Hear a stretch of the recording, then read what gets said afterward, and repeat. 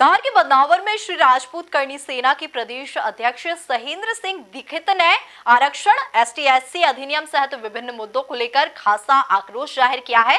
उन्होंने कहा कि आरक्षण से काबिल लोग पीछे होते जा रहे हैं। एट्रोसिटी एक्ट को लेकर भी सहेंद्र सिंह दीक्षित ने अपनी नाराजगी जाहिर की और इसमें दर्ज मामलों में से अधिकतर को फर्जी करार दिया।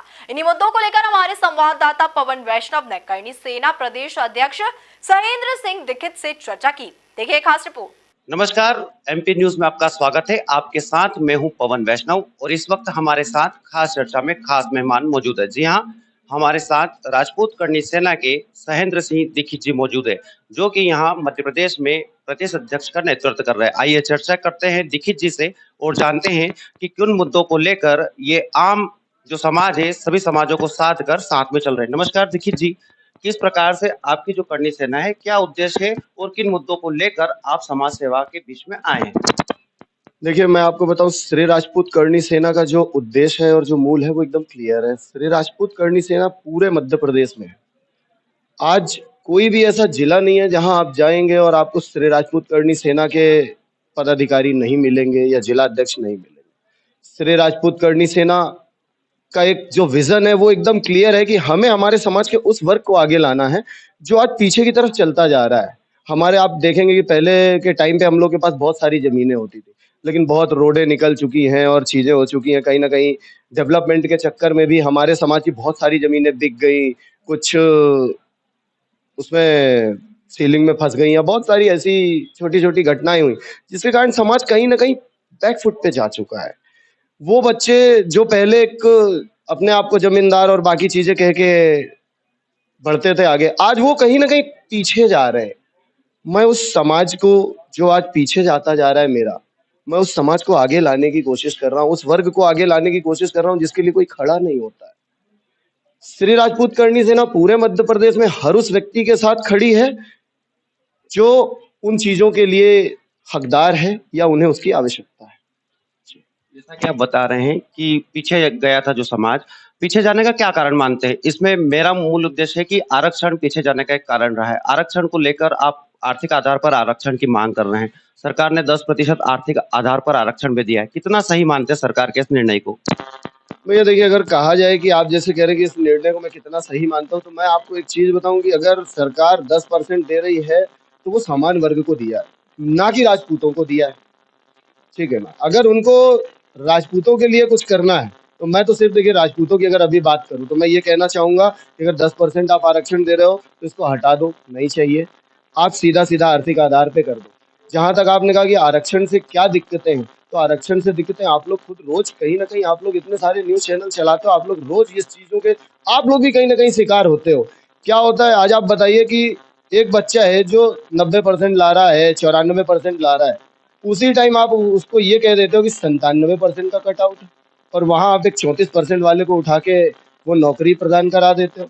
वहीं पर आप लोग का कहना है कि हमारे यहाँ के बच्चे यही पढ़ें, विदेश ना जाएं। तो वो विदेश जा रहे हैं क्योंकि वहां उन्हें पूछा जा रहा है। वो 90% ला रहे हैं, विदेश जा रहे हैं, वहां अपना वो एक अपने आप को स्टेब्लिश करने की कोशिश कर रहे हैं। अगर आप इसको सामान्य कर दें यहाँ पर और आर्थिक आधार पे कर दें, जिसे आवश्यकता है उसे दें, तो कोई भी बाहर नहीं जाएगा और किसी को आवश्यकता नहीं पड़ेगी। और मैं आपको एक चीज और कहना चाहूंगा कि वो डॉक्टर हो, वो इंजीनियर हो, वो बाकी किसी फील्ड का व्यक्ति हो, हर जगह आपको शानदार लोग मिलेंगे।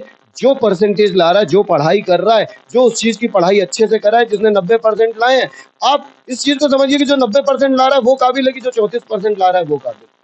ये तो आप भी समझते हो, ये सरकार भी समझती है। क्यों हमारे यहाँ के मंत्री जितने हैं वो बाहर इलाज कराने जाते हैं? यही इलाज कराए ना। भारत में डॉक्टरों की कमी है क्या? हर साल आप ही इतनी सारी नौकरियां निकालते हो, फिर क्यों आज हमारी चीजें जितनी भी आप देखिए, जितने भी बड़े बड़े कंस्ट्रक्शन हो रहे हैं और चीजें हो रही हैं, ये सारे बड़े कंस्ट्रक्शन में बाहर की कंपनियां क्यों घुस रही? हमारे यहाँ के बच्चों को क्यों अवसर नहीं मिल रहा है? आप लोकल फॉर वोकल की बात करते हो और उस वक्त आप ये कहते हो कि भैया आप सिर्फ भारत की बनी हुई चीजें यूज करो, तो फिर बाहर की कंपनियों को काम मत दो। आप देखिए जितने टोल है बाहर की कंपनियां लेके बैठी हैं, जितने बड़े कंस्ट्रक्शन और साइटें चल रही हैं सब बाहर की कंपनियां लेके बैठी हैं। क्यों? ऐसा क्यों होगा? आप दीजिए ना यहाँ मौका लोगों को। ये सिर्फ आरक्षण के कारण है। वो जो आप 34% की नियुक्ति करते हो ना, उसके भैया प्रकार के बदलाव आप चाहते हैं, इसमें क्या निर्णय करेंगे? मतलब आने वाले समय में किस प्रकार से आंदोलन करेंगे? सरकार से क्या मांग करेंगे? देखिए, मैं आपको कहना चाहूँगा कि अगर बदलाव की बात आए, तो देखिए बदलाव करने वाला मैं तो होता नहीं हूँ कोई। बदलाव करना पड़ेगा सरकार को। हम तो आवाज़ उठाएँगे, मुद्दा बनाएँगे, जो मुद्दा आप लोग आज कह रहे हो ना कि हमारे यहाँ के युवा बाहर जा रहे हैं, चीज़ें कर रहे हैं, आप बदलाव आपको करना पड़ेगा और अगर आप बदलाव नहीं करोगे, तो ये जो आज आंदोलन पूरे मध्य प्रदेश में हुआ है, ये पूरे भारत देश में होगा और इस बार दिल्ली में होगा और बड़ा होगा जो आप नहीं कंट्रोल कर पाओगे। आपको सामान्य वर्ग को साथ लेके चलना पड़ेगा, सामान्य वर्ग को हर उस चीज़ को सामान्य करनी पड़ेगी, जो आज आप नौकरी में, प्रमोशन में, चीज़ों में ये सब हटाना पड़ेगा भैया। आपको अगर करना है, तो आप ये सारे बदलाव करिए, आर्थिक आधार पे आरक्षण करिए और जिस परिवार को एक बार आरक्षण का लाभ मिल जाए, उसे दोबारा आरक्षण की ज़रूरत नहीं है। पढ़ाई में आप बार-बार दीजिए, लेकिन नौकरी में अगर किसी घर वालों को एक बार मिल चुका है, तो उसको दोबारा की ज़रूरत नहीं है क्योंकि बाबा साहब अम्बेडकर ने ये आरक्षण के जो लाए थे, उनका उद्देश्य था कि हमारे भारत देश को एक समानता की ज़रूरत है, तो उन्होंने 10 साल के लिए आरक्षण दिया था। तो बाबा साहब अम्बेडकर जी का जो कहा हुआ था, उसे आपको समझना चाहिए, उसी चीज़ को आपको मानना चाहिए और उसको 10 साल बाद हटाना था, किन्हीं राजनीतिक मुद्दों से नहीं हटा, इसको आज लोगों ने राजनीतिक वोट बैंक बना लिया है। यही है और ये बदलाव होना बहुत ज़रूरी है, इस देश के विकास के लिए बहुत ज़रूरी है। एक मुद्दा है जिस पर आपकी करनी सेना वो है एसटी-एससी अधिनियम को हटाने की मांग या उसमें परिवर्तन की मांग, जिसमें सीधे-सीधे स्वर्ण समाज की गिरफ्तारी हो जाती है। क्या सरकार का ये निर्णय सही है? देखिए, अगर आप एट्रोसिटी एक्ट की बात करें तो एट्रोसिटी एक्ट में आज आप देखिए, कहीं न कहीं एक मुकदमा अगर चलिए सही भी होगा, तो 9 झूठे होते हैं 10 में से। आज एक पूरा परिवार बर्बाद हो जाता है, वो किसी एक व्यक्ति के मुकदमा नहीं लगता है, पूरा घर बर्बाद होता है उसका, उसके बच्चों का एजुकेशन डूब जाता है, उसकी बाकी चीज़ें खराब हो जाती हैं, वो सिर्फ़ थाने और कोर्टों के चक्कर ही लगाता रह जाता है। ये जो सरकार ने अपनी राजनीतिक मंशा पूरी करने के लिए, सत्ता में बने रहने के लिए जो बदलाव किए, ये उसको हटाना पड़ेगा और आज नहीं तो कल और कल नहीं तो परसों हम ये आंदोलन करते रहेंगे। और मैं एक चीज़ और कहना चाहूँगा, ये तो हमारे सारे श्रवण वर्गों को जागना चाहिए। मेरी अगर आवाज़ सब तक आज पहुँचा रहे हैं आप, तो उनको ये सुनना चाहिए कि सब एक हो जाओ, इस एट्रोसिटी एक्ट को हम बिल्कुल हटवा सकते हैं और ये सरकार को इस बार अगर नहीं होता है, इस बार सरकार नहीं मानती है, तो मत करिए उस सरकार को वोट जो आपके लिए नहीं खड़ी। अंतिम सवाल है मेरा कि आपके जो आम करनी सैनिक हैं, उनको क्या संदेश, क्या प्रोत्साहन देना चाहेंगे जिससे कि आपका जो बातें हैं वो आम लोगों तक पहुँचे? देखिए, अगर आप आम करनी सैनिक की बात करें तो मेरा हर करनी सैनिक बहुत ख़ास है। आज जैसा आपने धार में ही देखा कि 3-4 दिन पहले गमी हो जाती है सड़क दुर्घटना में गजेंद्र सिंह जी की और कोई उनसे पूछने तक नहीं आया। इतनी बड़ी कंपनी है ये, पवन चक्की वालों की, आदित्य बिरला ग्रुप से जुड़े हुए लोग हैं ये। इतनी बड़ी कंपनी है, अगर ऐसा कुछ हुआ था तो इनको उनके घर पहुँचना चाहिए, उनको सांत्वना देनी चाहिए, चीज़ें कोई पहुँचना नहीं वहाँ।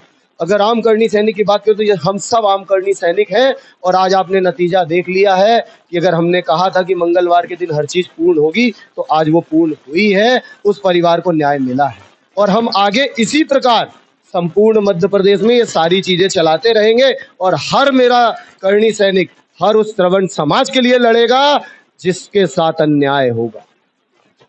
श्री राजपूत करनी सेना के अध्यक्ष सहेंद्र सिंह दीक्षित जी, जो कि खासे आक्रोश में है और सरकार ने जिस प्रकार से स्वर्ण समाज के साथ अन्याय किया है उसको लेकर हतोत्साहित भी है और सरकार से मांग करते हैं कि शीघ्र ही इन मामलों का निराकरण किया जाना चाहिए। कैमरा पर्सन दरबार सिंह सिसोदिया के साथ बदनावर से पवन वैष्णव।